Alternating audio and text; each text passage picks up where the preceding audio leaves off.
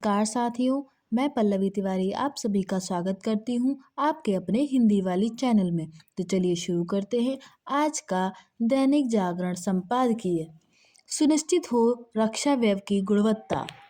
आम बजट में रक्षा व्यय में बढ़ोतरी वैश्विक एवं क्षेत्रीय रणनीतिक उथल-पुथल के बीच निरंतरता का एक ही संकेत है। बजट में रक्षा मंत्रालय के लिए 7.85 लाख करोड़ रुपए का आवंटन किया गया है, जो पिछले वर्ष के 6.81 लाख करोड़ से अधिक है।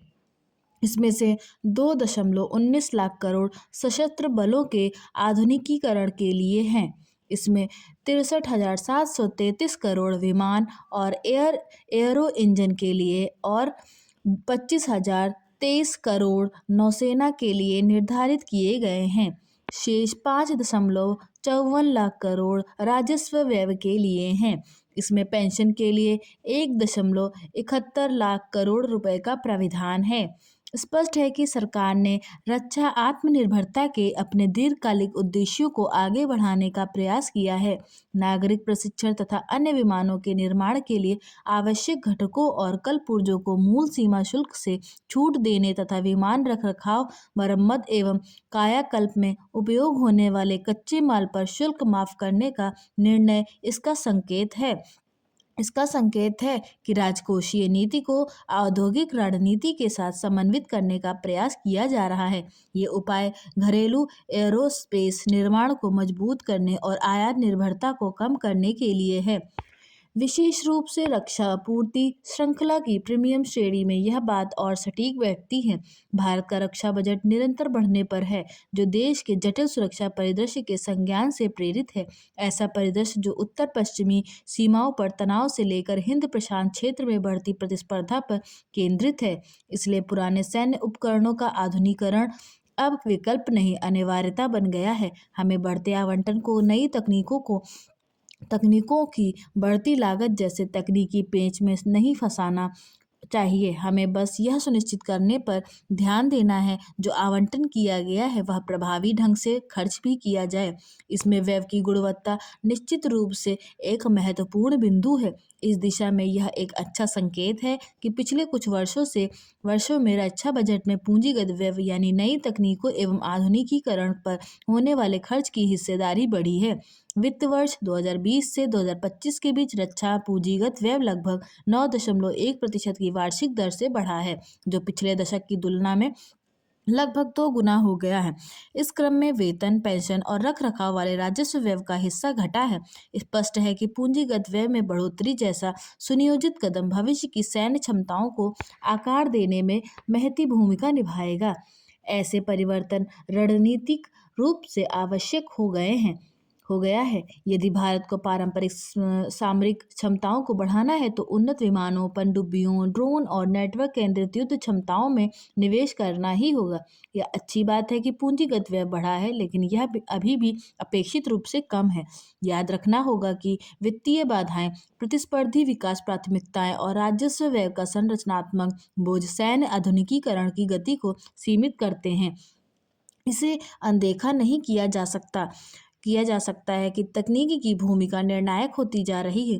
इसलिए हमें अपने प्रयास तेज करने होंगे, खासतौर से चीन जैसे देश को देखते हुए जो अगली पीढ़ी के प्लेटफॉर्मों, साइबर क्षमताओं, अंतरिक्ष परिसंपत्तियों और एआई सक्षम प्रणालियों में भारत की तुलना में भारी भरकम खर्च कर रहा है। समय के साथ भारतीय सामरिक नियंताओं ने भी साइबर, इलेक्ट्रॉनिक्स, युद्ध, अंतरिक्ष और ड्रोन प्रौद्योगिकियों को प्राथमिकता देना शुरू किया है, लेकिन इन क्षेत्रों के लिए बजटीय आवंटन पारंपरिक प्लेटफॉर्मों में निवेश की तुलना में कम ही है। यदि भारत को इस अंतर को कम करना है तो रक्षा अनुसंधान और विकास में निरंतर वृद्धि महत्वपूर्ण होगी। हाल के वर्षों में आत्मनिर्भर भारत पहल ने भी रक्षा खर्च की संरचना को बदला है। बीते कुछ वर्षों के दौरान 70% से अधिक पूंजीगत खरीद स्वदेशी स्रोतों के लिए निर्धारित की गई है, जो घरेलू निर्माण क्षमता को विकसित करने और आयात पर निर्भरता को कम करने की दिशा में दृढ़ता को दर्शाता है। इस रणनीति के अच्छे परिणाम भी मिले हैं। रक्षा उत्पादन में रिकॉर्ड तेजी से आई है। रक्षा निर्यात भी तेजी से बढ़कर करीब 23,500 करोड़ रुपए के स्तर तक पहुंच गया है। लगभग 90 देशों को निर्यात से इसमें विविधता भी झलकती है। स्पष्ट है कि ऐसा विकास भारत की रणनीतिक साझेदारियों को बढ़ाते हुए उसके भू राजनीतिक कद को भी विस्तार देता है। इससे रक्षा उत्पादन में निजी क्षेत्र की भूमिका को भी मान्यता मिलती है। इसके बावजूद आत्मनिर्भरता की अपनी सीमाएं हैं, खासतौर से उच्च स्तरीय और अधुनातन तकनीकों एवं हथियारों के मामले में विदेशी निर्भरता कायम है। इस अंतर को पाटने के लिए केवल नीति ही नहीं, मंशा भी देखनी होगी। इसके लिए शोध एवं विकास में निरंतर निवेश, सक्षम इकोसिस्टम और खरीद एवं बजट क्रियान्वयन में व्यापक दक्षता की आवश्यकता होगी। निरंतर बढ़ोतरी के बावजूद जीडीपी के अनुपात में हमारा रक्षा खर्च अभी भी 2.2% पर अटका हुआ है।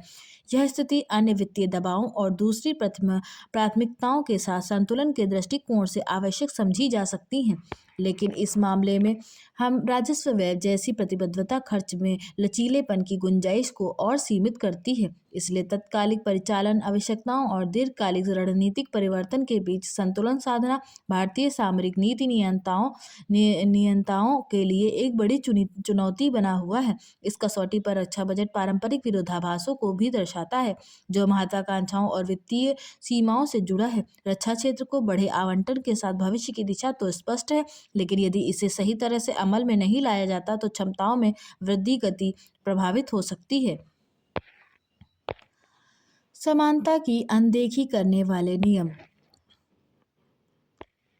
पिछले दिनों विश्वविद्यालय अनुदान आयोग यूजीसी ने promotion of equity in higher education institutions regulations 2026 नाम से एक नोटिफिकेशन जारी किया।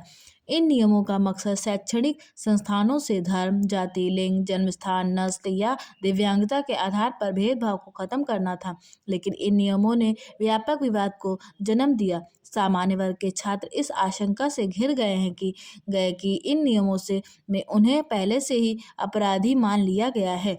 फिलहाल सुप्रीम कोर्ट ने इस पर रोक लगा दी है। इन नियमों में शिकायत की सत्यता जांचने या झूठी शिकायतों को छांटने का कोई ठोस प्राविधान नहीं दिखता।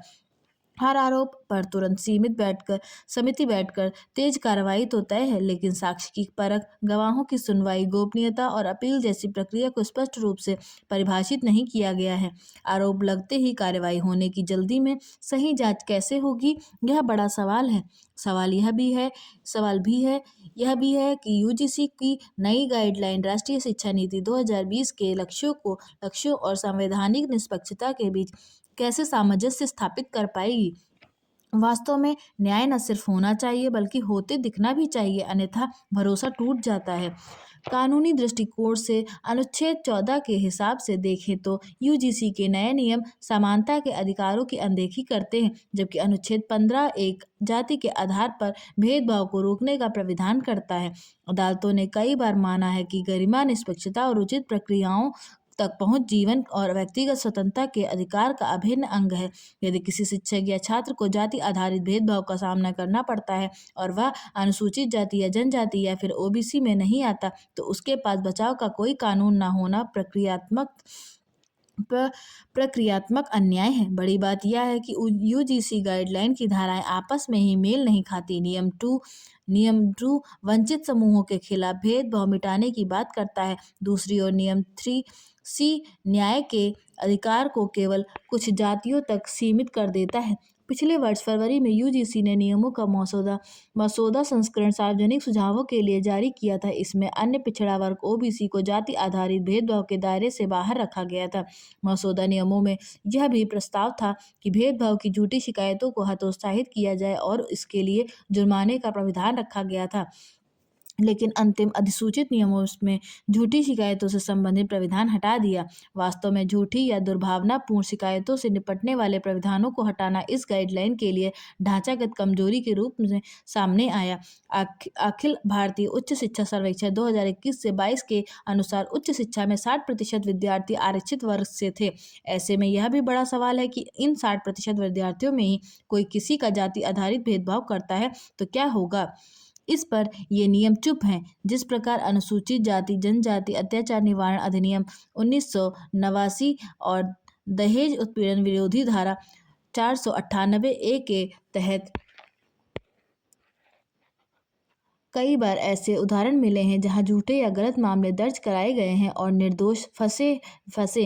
वैसा ही खतरा यूजीसी के समता नियमों में भी दिख रहा था। स्वयं सुप्रीम कोर्ट ने 2018 में इनके दुरुपयोग पर चिंता जताते हुए गिरफ्तारी से पहले प्राथमिकता जांच सुझाए थे।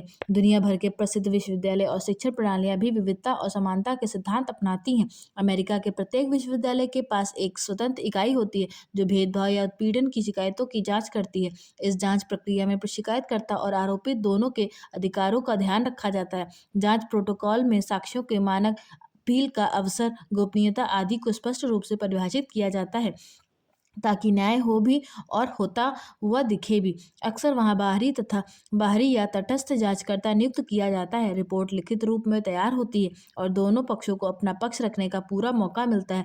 इसी तरह ब्रिटेन, ऑस्ट्रेलिया आदि के उच्च शिक्षण संस्थानों में भी एंटी डिस्क्रिमिनेशन नीतियां सबके लिए समान होती हैं। कोई भी छात्र यदि उत्पीड़न झेलता है, चाहे वह अल्पसंख्यक समूह का हो या बहुसंख्यक का, उसके लिए शिकायत दर्ज करने और न्याय पाने का प्राविधान होता है। हार्वर्ड, ऑक्सफोर्ड आदि ने नियमित सेंसिटाइजेशन वर्कशॉप, मेंटरिंग प्रोग्राम और डाइवर्सिटी कोर्स वर्क शुरू किए हैं ताकि छात्र छात्राओं में पारस्परिक सम्मान एवं संवेदनशीलता विकसित हो। समता का वास्तविक अर्थ है सभी के साथ न्याय। एक कमजोर को ताकत देकर दूसरे को कमजोर करना समाधान नहीं, सभी को साथ लेकर चलना ही टिकाऊ रास्ता है। भारत एक लोकतांत्रिक राष्ट्र है जहां कानून सबके लिए बराबर होता है। यही हमारे संविधान का मूल भाव है। अगर कहीं सामान्य वर्ग के छात्र के साथ गलत हो रहा है तो उसे भी न्याय मिलना चाहिए। ऐसा परिवेश बनाने पर भी काम हो जहां शिकायत की नौबत कम आए। अनुशासन और आस्था का मेल। बीते कुछ वर्षों में नाचने, झूमने, गाने और समय बिताने के लिए युवा पीढ़ी डिस्को के एक अजब गजब चकाचौंध तक सिमट गई थी।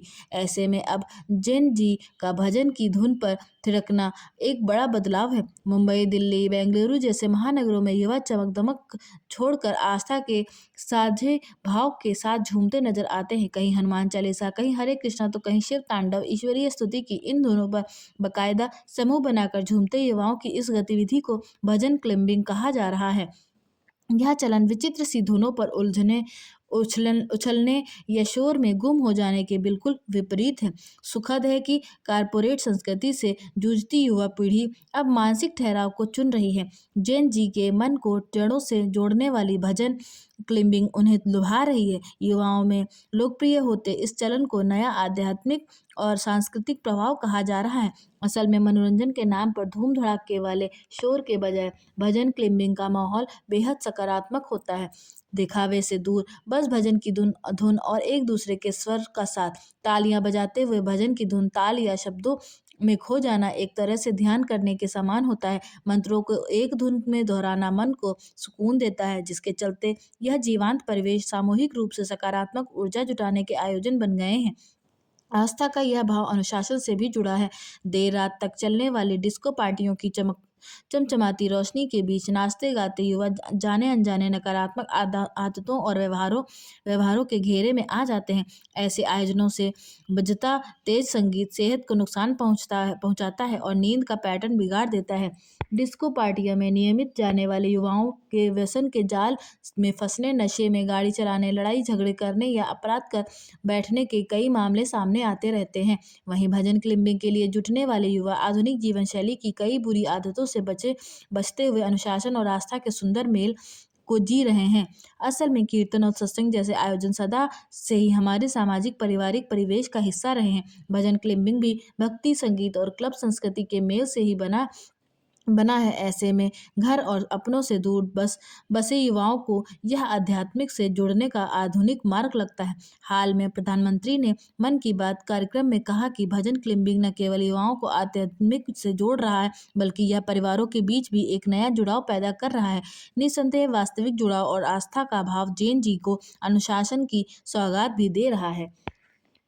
जमीन पर उतरे बजट, खास तरह का आम बजट शीर्षक से प्रकाशित संपादकीय पढ़ा, जहां भाजपा और उसके समर्थित दल बजट को अच्छा बता रहे हैं, वहीं विरोधी पार्टियां इसे नकार रही हैं। जिन राज्यों में गैर भाजपा सरकारें हैं, वे यह कहकर असंतोष जता रही हैं कि उन्हें बजट में कुछ नहीं मिला। बजट पर सभी की अपनी अपनी राय हो सकती है, लेकिन एक बात सब मानेंगे कि बजट कितना भी बढ़िया क्यों न हो, जब तक वह जमीन पर लागू नहीं होगा, तब तक उसका कोई वास्तविक लाभ नहीं मिलने वाला है। सरकार को यह सुनिश्चित करना चाहिए कि बजट में की गई सभी घोषणाएं इसी वित्त वर्ष में लागू हों। अक्सर देखा गया है कि बजट में की गई घोषणाएं वर्षों तक लटकी रहती हैं, जो उचित नहीं है। केवल इसी बजट से देश का विकास तय हो जाएगा, ऐसा मानना भी सही नहीं है। विकसित भारत का सपना तब तक पूरा नहीं हो सकता जब तक देश में भ्रष्टाचार रोकने के लिए ठोस कदम नहीं उठाए जाते और कर प्रणाली इसमें इस तरह सुधार नहीं किया जाता कि हर व्यक्ति अपना वाजिब टैक्स सरकार को दे तथा सरकार इस कर राशि का उपयोग उद्योगों और शिक्षा, स्वास्थ्य एवं कृषि क्षेत्र की कायापलट के लिए करे। देश के विकास में मुफ्तखोरी भी एक बड़ी बाधा है। सरकारें सरकारी खजाने में जमा टैक्स के एक बड़े हिस्से को मुफ्तखोरी की योजनाओं में बेवजह खर्च कर देती है। इस पर भी रोक लगनी चाहिए। अच्छा होता यदि सरकार बजट में देश को इस प्रवृत्ति से मुक्त करने के कुछ उपाय भी प्रस्तुत करती। खतरे में वेटलैंड्स का अस्तित्व। एक और ग्लेशियरों में जमा बर्फ 26,700 करोड़ टन प्रतिवर्ष की गति से पिघल रही है, जिससे समुद्र के जलस्तर में लगातार वृद्धि हो रही है। इसके कारण तटीय क्षेत्रों में बाढ़ एवं क्षरण का खतरा बढ़ रहा है। भविष्य में पेयजल की आपूर्ति में भी कमी आ सकती है। दूसरी ओर वनों की कटाई 1 करोड़ एकड़ से अधिक प्रतिवर्ष की गति से जारी है। साथ ही वन क्षेत्र के विस्तार की गति भी कम हुई है। वेटलैंड्स वेटलैंड्स आर्द्र भूमियों के क्षेत्रफल में तेजी से गिरावट भी आ रही है। ये जंगलों की अपेक्षा लगभग तिगुनी गति से विलुप्त हो रहे हैं, जो विश्व के लिए खतरे की घंटी है। वेटलैंड्स वह भूमि होती है जो पानी से ढकी रहती हैं। इन्हें धरती का स्पंज कहा जाता है, क्योंकि ये बाढ़ का पानी सोखती हैं और गंदगी को छानकर हमें स्वच्छ पानी उपलब्ध कराती हैं। यद्यपि आधुनिक तकनीक के माध्यम से इनके क्षरण को रोकने के प्रयास किए जा रहे हैं, पर केवल तकनीक ही पर्याप्त नहीं होगी। यदि इसके साथ राजनीतिक इच्छाशक्ति, सख्त कानून और समाज की सक्रियता नहीं हुई तो वेटलैंड्स के समाप्त होने का खतरा पैदा हो जाएगा। इसके अतिरिक्त विकास के नाम पर पहाड़ों की अंधाधुंध कटाई हो रही है, जिसके कारण पर्वतीय क्षेत्रों में भयंकर बाढ़ आ रही है। इन्हीं सभी कारणों के साथ साथ कार्बन उत्सर्जन के चलते ग्लोबल वार्मिंग में भी तेजी आती जा रही है। परिणाम स्वरूप मानव के अस्तित्व पर भी संकट के संकेत दिखाई देने लगे हैं। समानता या नया विभाजन। यूजीसी नियमावली पर सुप्रीम कोर्ट ने रोक लगाकर सही किया है। यदि कोर्ट इस मामले में हस्तक्षेप नहीं करता तो इसके समाज पर गंभीर दुष्परिणाम हो सकते थे और सामाजिक विभाजन उत्पन्न हो सकता था। यूजीसी के नए नियम प्रथम दृष्टया अस्पष्ट थे और इनके दुरुपयोग की आशंका से इनकार नहीं किया जा सकता था। शैक्षणिक संस्थानों में भारत की एकता और समावेशी चरित्र का आदर्श प्रतिबिंबित होना चाहिए। कोर्ट ने कहा है कि यदि दक्षिण भारत का कोई छात्र उत्तर भारत की किसी संस्था में अपमान या भेदभाव का सामना करता है तो क्या मौजूदा नियमावली प्रभावी सिद्ध हो पाएगी। शैक्षणिक संस्थानों में केवल जाति के आधार पर ही नहीं बल्कि सामाजिक और क्षेत्रीय आधार पर भी संस्थागत स्तर पर उत्पीड़न होता है, जिस पर गंभीरता से विचार किया जाना आवश्यक है। सतही आरोपों की राजनीति। गलवान में चीनी सेना के साथ खूनी टकराव के मामले में तत्कालीन सेनाध्यक्ष एम नरवणे की अप्रकाशित पुस्तक के कथित अंश का जैसा उल्लेख राहुल गांधी ने किया, उस पर हंगामा होना ही था। इस दौरान रक्षा मंत्री राजनाथ सिंह ने राहुल गांधी पर सदन को गुमराह करने का आरोप लगाते हुए कहा कि आखिर जो पुस्तक प्रकाशित ही नहीं हुई, उसका वह उल्लेख कैसे कर सकते हैं। गृह मंत्री अमित शाह ने भी इस मामले में हस्तक्षेप करते हुए उन पर गलत बयानी का आरोप लगाया, लेकिन वे टस से मस नहीं हुए। इसके बाद सदन में हंगामा हुआ और वह चल नहीं सका। इस पर कांग्रेस ने आरोप लगाया कि उनके नेता को सदन में बोलने से रोका गया। हंगामे के पहले राहुल गांधी ने जो कुछ कहा, उससे इतना तो स्पष्ट ही है कि वे वही अपनी तैयारी से आए थे। इससे चलता है कि वे संदर्भ में तो गलवान का देना चाहते थे, लेकिन उन्होंने उल्लेख नाम का किया। यह पहली बार नहीं जब राहुल गांधी ने यह कहने की कोशिश की हो कि प्रधानमंत्री मोदी चीन का डटकर मुकाबला करने से बचते हैं। वे मोदी सरकार को कमजोर दिखाने के लिए यह भी करते रहे हैं कि चीन ने हमारी जमीन पर कब्जा कर रखा है। वे यहाँ तक के कह चुके हैं कि चीनी सेना ने भारतीय सैनिकों की पिटाई की थी, इसके लिए उन्हें सुप्रीम कोर्ट की फटकार भी सुननी पड़ी थी। इसके बाद वह समझने के लिए तैयार नहीं कि राष्ट्रीय सुरक्षा के मामले में सतही आरोपों के आधार पर राजनीति नहीं करनी चाहिए। सब जानते हैं कि गलवान में चीनी सेना को करारा जवाब मिला था और इसी कारण वह वार्ता की मेज पर आया और लद्दाख में कई इलाकों में यथास्थिति कायम हो पाई। इससे पूर्व सेनाध्यक्ष नरवणे भी एक नहीं कई बार सार्वजनिक तौर पर कह चुके हैं। जहाँ तक उनकी पुस्तक की बात है, तथ्य यही है कि अभी रक्षा मंत्रालय ने उसके प्रकाशन की अनुमति नहीं दी है। यह भी एक तथ्य है कि जिस पत्रिका ने इस पुस्तक के कथित अंश छापे हैं और उनकी अपने हिसाब से व्याख्या की है, वह आधे अधूरे तथ्यों के साथ सनसनी फैलाने के लिए जानी जाती है। राहुल गांधी केवल कांग्रेस के नेता ही नहीं, लोकसभा में नेता प्रतिपक्ष हैं। कम से कम राष्ट्रीय सुरक्षा के मामले में तो उन्हें भारतीय सेनाओं के नैरेटिव के साथ खड़े होना चाहिए। दुर्भाग्य से वे ऐसा नहीं करते। वे चीन और पाकिस्तान को लेकर मोदी सरकार को तो घेरते हैं, लेकिन यह स्मरण नहीं रखते कि इन दोनों देशों ने भारतीय भूभाग पर तब अतिक्रमण किया जब कांग्रेस सत्ता में थी। सड़क सुरक्षा की जिम्मेदारी। झारखंड के पर्यटन मंत्री दीपक बिरुवा का यह कहना है सही है कि सड़क सुरक्षा की जिम्मेदारी सिर्फ सरकार की ही नहीं, यह सबकी जिम्मेदारी है। सरकार अपने प्रयासों में से इससे कमी ला सकती है, लेकिन शून्य मृत्यु सुनिश्चित नहीं कर सकती। इसमें सरकार की कई संबंधित विभागों के अलावा सड़कों पर वाहन चलाने वाले आम नागरिकों, अस्पताल संचालकों, चिकित्सकों, स्वास्थ्य कर्मियों समेत सभी को अपनी जिम्मेदारी निभानी होगी। यह कहना अतिशयोक्ति नहीं होगी कि अतिसंख्यक दुर्घटनाएं मानवीय भूल के कारण होती है। ऐसे में सड़क सुरक्षा कानूनों को लेकर जन जागरूकता तथा उसे सख्ती से अनुपालन करना भी महत्वपूर्ण है। दुर्घटना के लिए केवल चालकों को ही दोषी करार देना भी उचित नहीं। कई मामलों में दोषपूर्ण सड़क निर्माण मानकों से हटकर स्पीड ब्रेकर, अंध मोड़ की जानकारी सार्वजनिक नहीं करना, सड़कों पर जानवरों का विचरण, घरों के आगे सड़कों पर निर्माण सामग्री का जमावड़ा आदि भी सड़क दुर्घटनाओं का सबब बन जाते हैं। कहने का आशय यह है कि सावधानी हर स्तर पर आवश्यक है। अगर दुर्घटना हो भी जाती है तो घायलों को समय पर अस्पताल पहुंचाने की जिम्मेदारी पुलिस के साथ साथ आम नागरिकों की भी होती है। कई मामलों में यह भी देखा गया कि पुलिस समय पर घायलों को अस्पताल पहुंचा भी देती है, लेकिन अस्पताल में चिकित्सक के नहीं होने से इलाज के अभाव में उसकी जान चली जाती है। ऐसे में समेकित प्रयास से ही बहुमूल्य जीवन की रक्षा हो सकेगी। ऊर्जा। प्रेम को सभी भावनाओं में सबसे उत्कृष्ट एवं पवित्रम भाव माना गया है। प्रेम के बिना संसार में सब नीरस लगता है। यह मनुष्य के विचारों, भावनाओं और हृदय की गहराइयों में रचा बसा होता है, जो कभी भी कहीं भी और किसी भी माध्यम से परिलक्षित हो जाता है। देखा जाए तो प्रेम भाव सभी प्राणियों के स्वभाव में जन्मजात होता है, जिसकी अभिव्यक्ति के तरीके सभी में भिन्न भिन्न होते हैं। मनुष्य के जीवन में प्रेम के भिन्न भिन्न रूप समाहित हैं। सब मनुष्य अपनी बाल्यावस्था में अपने माता पिता और भाई बहनों में से सर्वाधिक प्रेम करता है। इसके पश्चात जैसे जैसे वह बड़ा होता है, उसके प्रेम की परिधि का भी विस्तार होता जाता है। फिर उसकी प्रेम परिधि में संपूर्ण परिवार, प्रियजन, मित्रजन, समाज और राष्ट्र का समावेशन होने लगता है।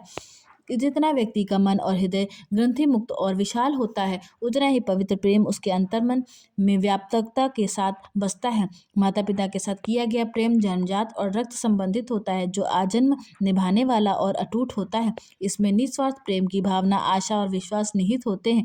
भाई बहनों से किया गया प्रेम स्नेह की डोर से बंधा होता है, जो आपसी कर्तव्य बोध को निभाने के साथ साथ व्यक्ति के सुख दुख में साथ देने का भाव और अपनत्व लिए होता है।